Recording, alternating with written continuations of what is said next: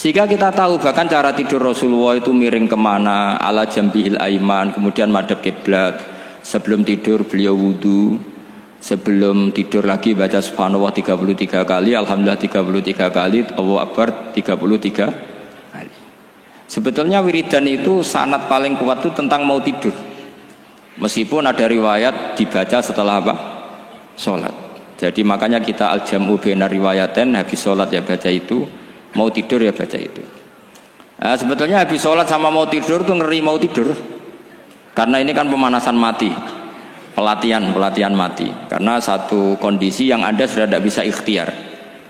Tapi kayak apa Rasulullah? Justru kita kondisi yang nggak bisa ikhtiar itu pesannya Nabi apa? Kamu baca ini. In mutta kata Nabi, ada yang baca in mitta. Kalau mau berpikir potensi paling ngeri, bahaya paling ngeri adalah orang mau tidur. Karena di situ kita tidak bisa apa-apa. Cara musuhmu mangkel mbek kowe ya karek nyembelih. Cara bojomu mangkel mbek kowe ya karek ngobong kok ini TV niku. Anda usah merasa tidak akan ngalami itu, ya insya Allah enggak itu. Tapi dengan melihat di TV semua potensi itu ada. Untuk aku yang turun yang kendaraan tangis-tangis ning akhirat. Terus tak Gusti kalau mau tang akhirat mau kecelakaan. Nah, justru mau tidur itu Nabi itu unik, kelihatan bahwa ada nubuah, ada kenabian yang luar biasa. Kalau mau tidur itu ada nubuah, ada kenabian yang luar biasa. Kalau mau tidur itu ada wiridannya. Saya termasuk orang yang fanatik baca wiridan sebelum tidur. Jadi jangan kira kalau Selasa sholat jarang wiridan, tidak punya wiridan di tempat lain. Itu sangat suudzon yang menyakiti. Saya punya cara sendiri untuk ingat Allah itu, terutama mau tidur. Sampai istri saya itu protes. Gus nak bersolat atau mau nyekel tasbih abdi tidur, saya itu punya tasbih lupa jumlahnya semuanya di kamar tidur. Ini sekaligus ijazah entah pamer kebaikan tidak tahu saya. Pokoknya sudahlah husnudzon saja. Suudzonu iblis. Karena mau tidur saya pikir kalau tahu-tahu saya bangun terus ketemu mungkar nakir terus kayak apa. Sehingga Rasulullah itu ngajari kita luar biasa. Bismika wadu'tu jambi wa bismika arfa'u. Kalau mau tidur doa populernya apa? Bismika Allahumma ahya bismika amut. Hafalnya gitu dok. Saya hafal banyak. Allahumma rabbas samawati sab'i wa rabbal arsyil azim rabbuna wa rabbu kulli syai' falikal habbi wan nawa. Allahumma antal awalu falaysa qablaka syai' wa antal akhiru falaysa ba'daka syai' wa antal zahiru falaysa fawqaka syai' wa antal batinu falaysa dunaka. So, itu tak baca sampai tidur. Saking kadang takutnya sama Allah, akhirnya nggak bisa tidur. Kadang sampai 3:30 apa terus tidur baru setengah jam terus subuh. Jadi kalau melihat tren itu kayaknya saya bakat wali gitu. Kalau trennya seperti itu terus. Tapi sayangnya tren seperti itu jarang makanya terus tidak jadi wali-wali gitu. Tapi saya ingatkan ke jenengan, sanad-sanad seperti ini tuh yang mungkin Anda lupa. Anda hanya ingat sanad misalnya ya Mu'ad inni uhibbuka faqul dubura kulli sholatin atau fala tad'anna dubura kulli sholatin Allahumma inni ala dzikrika wa syukrika. Kamu lupa bahwa saat paling krusial dalam hidup Anda itu tidur. Sehingga disebut wa min ayatihi manamukum billaili wan. Itu dari segi krusial gawat darurat, setiap saat Anda bisa mati. Belum urgensinya tidur untuk melawan maksiat. Itu kalau kamu hidup di kota Demak atau kota Semarang, bener kepikiran niklap atau wong ayu-ayu seneng terminal ning gone dalan-dalan, itu satu-satunya cara itu hanya tidur. Kowe nak melek tetep jelalatan tak jamin. Masuk ning arep masjid Demak nggo tasbih gede-gede. Pangeran ndelok wong liwat tuh eling. Barokahnya usul fikih adalah kita belajar. Dulu saya pernah musyawarah sama Gus Yofur tentang usul fikih. Usul fikih itu ada makalah, mubah itu tidak ada. Sebagian ulama berpendapat mubah itu tidak ada. Karena setiap mubah saat itu Anda pasti meninggalkan keharaman. Itsma min mubahin illa wa yatahaqqaqu bihi tarku haramimma. Tidak ada kemubahan kecuali saat itu kamu meninggalkan keharaman. Anda tidur, berarti Anda taroktal maksiyah. Anda tidur berarti Anda meninggalkan maksiat. Enggak nyolong, enggak dugem, enggak zina, enggak maling, enggak ngerasani orang. Jadi tidur itu anggap saja ya Rob, ya Allah saya mau tidur. Tidur itu ibaratun antarkil ma'asi. Jadi malaikat roket pate kandani iki ras sekedar turu. Ya kowe kudu ngerti iki ape ninggal maksiat. Hitung mulai saiki. Bismika Allahumma ya bismika. Amun ayo roket pate hitung. Anggap ini kiat meninggalkan maksiat. Terus turun 6 jam berarti tidak maksiat 6 jam. Meskipun akhirnya maksiat karena bangun jam 7. Artinya maksiat ras subuh gitu. Tapi betapa krusialnya ulama. Ulama lah yang mengajarkan kita tidur itu rohatan lil abdan, untuk istirahat, kita pulih lagi, bisa kerja lagi. Pak Butuh Hati bisa ngantor lagi, Pak Kapolsek, Kapolres bisa ngantor lagi. Semuanya aktivitas tentara bisa ngantor lagi. Memulihkan kekuatan itu ibadah. Meninggalkan maksiat karena tidur juga ibadah. Tidur saja ibadah. Ini barokatnya umatnya Rasulullah Shallallahu Alaihi Wasallam. Senyaman itu. Coba kalau kamu jadi umatnya Nabi lain, wah itu beratnya bukan main. Dan itu sesuatu yang dimintakan Allah, dimintakan Rasulullah kepada Allah, yaitu Rabbana wa la tuhammilna ma la taqata lana bih. Termasuk la tahmil alaina isran kama hamaltahu 'alal ladzina min qablina. Jangan bebankan ke umat kami sesuatu yang seperti engkau bebankan pada umat dulu. Umat dulu itu kalau mau tobat, kayak umatnya Nabi Musa pernah nyembah anak sapi, itu yang pernah nyembah tobatnya dibunuh. Liyaqtulal bari'u minkum al mujrima, yang terbebas dari menyembah anak sapi disuruh bunuh yang pernah menyembah anak sapi. Fatubu ila bari'ikum faqtulu anfusakum. Mau beratnya kayak apa? Kalau orang sekarang tobat cukup soal Pak Rosid, salami tembak 100.000, dipandu caranya tobat, diwari istighfar. Nomor itu penting. Nomor loro seneng kiai, seneng aku maksudnya, maksud kalimatnya jelas. Itu sudah. Pokoknya yang jelas gak usah dibunuh, gak usah apa? Gak usah apa? Dibunuh. Sehingga tidurnya umatnya Rasulullah itu luar biasa, terutama tidurnya orang puasa. Tidurnya tasbih, tidurnya ulama juga tasbih. Karena dengan tidur itu kita tahu alamat kematian. Di mana kita masih di dunia saja punya kondisi di mana kita tidak bisa menentukan diri kita sendiri. Dan itu awal dari kita mengimani la haula wala quwata illa billah. Segagai koyok ngono ternyata ada kondisi di mana kita tidak bisa mengendalikan diri kita sendiri. Makanya disebut wa min ayatihi manamukum billaili wan nahar. Yang bisa menganalisis itu siapa? Ya ulama. Ulama kok tahu karena punya sanad musalsal ila Rasulillah sallallahu alaihi wasallam. Sehingga uniknya kenapa tidur itu sakral? Coba semua nabi di antara wahyunya itu lewat apa? Semua nabi di antara wahyunya lewat apa? Tidur, lewat mimpi. Inni ara fil manami anni atfahuka fangzur madza tara. Maka mimpi ini harus dikelola secara baik, yaitu kalau kamu mau tidur, wudu dulu, baca tasbih, terus tinggalkan semua dunia, anggap saja ini pemanasan kematian. Itu insya Allah mimpinya sip pokoknya. Paling dikejar-kejar Dajjalnya kecemplung kali, insya Allah. Tapi kalau kamu tidur gak wudu, raiso turu terus raiso turu mangan sik bu, raiso turu terus raiso turu mangan sik ben warak ben iso turu. Insya Allah dikejar Dajjal kecekel. Akhirnya ngelindur gak karu-karuan karena tadi. Nah, sanad seperti itu yang punya siapa? Hanya ulama.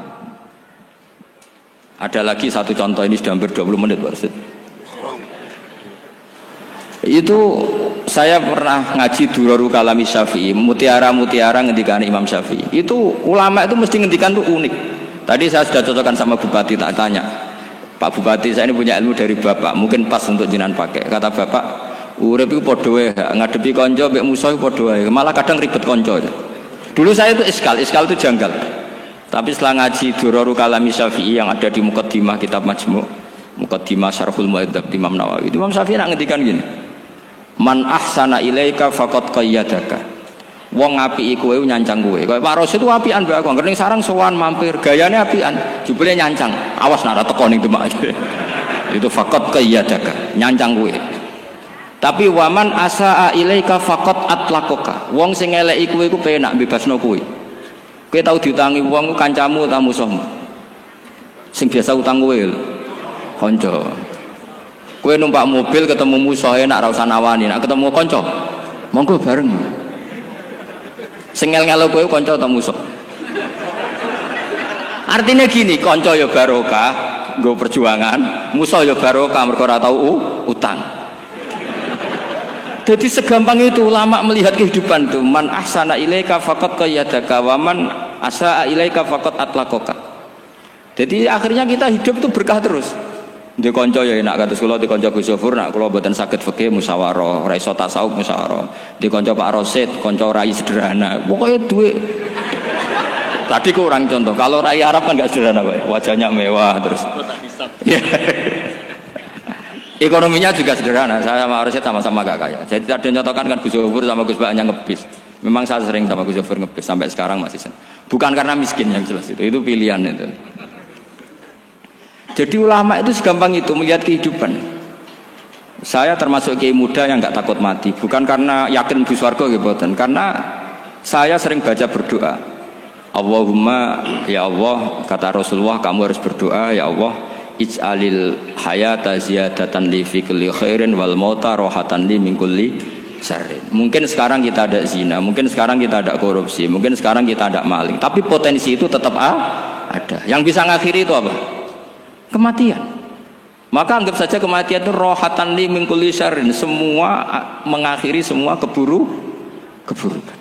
Kayak apa Rasulullah memandang kehidupan? Kalau kamu masih hidup, anggap saja ziyadatan li fi kulli khairin. Saya gara-gara hidup saudaranya kersane Pak Rosid ngaji di sini. Ikhlas Pak Rosid itu sangat ikhlas. Saudaranya senior kula dipaksa nggih gelem, diintimidasi nggih gelem. Wah itu barokah. Nanti setelah saya mau mati, saya juga akan ridho-ridho saja. Ya Allah, ini akhir dari segala potensi keburukan saya.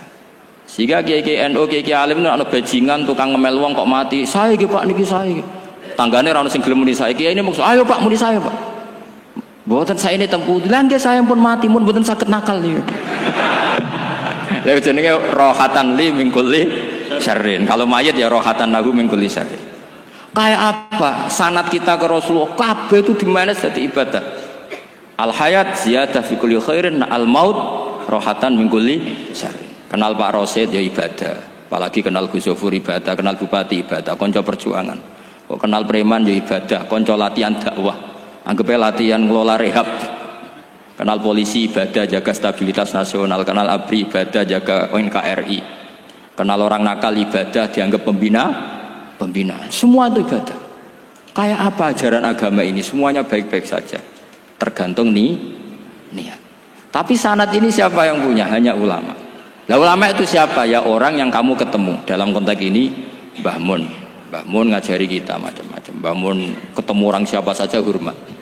Saya kemarin bikin makalah untuk beliau, termasuk saya cerita dari riwayat Rasul Aqli ba'dal iman billah at-tawaddud ilan nas wastina'ul ma'ruf ila kulli barin wa fajirin. Inti iman setelah akal menentukan kita iman kepada Allah, akal setelah mengantarkan logika iman kepada Allah, akal itu kita gunakan at-tawaddud ilan nas supaya kita bersikap simpatik dan melakukan kebaikan kepada siapa saja. Karena barokahnya kita simpatik nak ngandani wong nggih gampang. Misalnya kita di kiai alimo sundulang gitu sampean mbek tangga muwedhit, ketemu wong perengut, sing ape ngandel iku sapa? Sementara sing preman, ayo ngopi nggonku sik tenang ae. Sing kiai ini orang begawean gak ada kopi kowe. Akhirnya sing preman sakok di pengaruh, sing kiai ini bakil gak duwe pengaruh. Itu tidak boleh kejadian seperti itu. Makanya ada riwayat wastina'ul ma'ruf ila kulli barin wa fajirin. Jadi kula suwun sanad-sanad seperti itu tidak boleh hilang. Saya itu kitabnya Mbah Mun Al-Ulama Al-Mujaddidun setengah hafal. Sampai sekarang masih tak baca. Kalau mau tidur tak baca. Bahkan di tas saya itu ada terus. Ya karena kalau saya di Jogja kangen Mbah Mun baca itu ketika beliau masih sugeng, apalagi sekarang. Karena jangan sampai saya ini punya fatwa yang mukhalif terhadap fatwanya Mbah Mun. Ini terutama warning sama santri sarang, nggak boleh. Terakhir itu Mbah Mun punya kecenderungan, punya pikiran kayak Yusuf Qaradawi. Ya potensi wajibnya zakat khodrowat fawakih. Ngendikan gini, sama masih ingat ketika ngaji sama Gus Zofur Pak Rosid kalau Mbah Mun guyon. Wong desa iku wis melarat, gegere nganti kaya akik wae. Mbah Mun nyontokno gegere macul nganti kaya akik gara-gara sing ditandur pari wajib zakat. Wong Sulawesi nandure kakao cengkeh, zaman iku cengkeh joyo. Berhubung ora akut gak wajib zakat. Padahal kaya raya. Jadi fenomena itu sering diutarakan beliau. Lama-lama beliau ngarang di Al-Ulama Al-Mujaddidun, beliau mengutip pendapat Ibnu Katsir, tentu di era modern kayak Yusuf Qaradawi. Sebenarnya Yusuf Qaradawi sendiri bukan mujtahid, dia yang muqallid juga. Kata Ibnu Katsir, wa mimma akhrajna lakum minal ard, yang harus dizakati adalah ma itu umum, apa saja yang keluar dari bumi. Maka kecenderungan Mbah Mun akhir-akhir itu mbok yao fawakih khodrowat itu dizakati. Tapi beliau tentu tidak ilzam ya, karena beliau sangat syafi'i. Tapi ini kan saran yang baik lah menurut saya. Apa susah sih dadi wong lomo gitu loh. Wong dadi wong medhit kok mbok bilo-bilo. Lah nek kowe takok takbirin ndi Gus, nak khadrawat fawakih, melon, kakao, tebu wajib zakat. Takbire iku lomo iku apik, medhit iku elek. Ngoten mawon. Mun ngoten mawon. Assalamualaikum warahmatullahi wabarakatuh.